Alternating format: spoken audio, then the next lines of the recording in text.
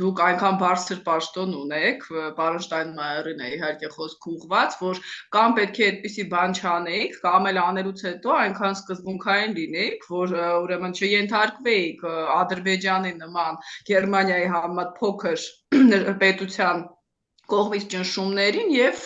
այսպես բարդ իրավիճակում չհայտնվեիք։ Սա իհարկե շատ տգեղ քայլ էր։ Մյուս կողմից Հայաստանի կողմից չկա որևէ արձագանք, ինչ էր ասել Շտայնմայերը, որ Ղարաբաղը միշտ էլ բնակեցված է եղել հայերով, կարծում եմ դա նորություն չի եւ Հայաստանի իշխանությունները գուցե նաեւ իրենց լռությամբ ստիպեցին, որ Շտայնմայերը ջնջի այդ իր գրածը, որովհետեւ եթե հայկական կողմից արձագանք չկա, ինչու պիտի ինքը վիճի Ադրբեջանի հետ։ Հարցի մի կողմն է, թե ինչու է Շտայնմայերը ինքը իրեն դնում բարդ իրավիճակում, եթե սկզբունքային չի, հարցի մյուս կողմը հայկական կողմի հայաստանյան իշխանությունների լռությունն է, որովհետև չեմ կարծում, որովհետև նորություն կար, որ Արցախը միշտ էլ բնակեցված է եղել հայերով։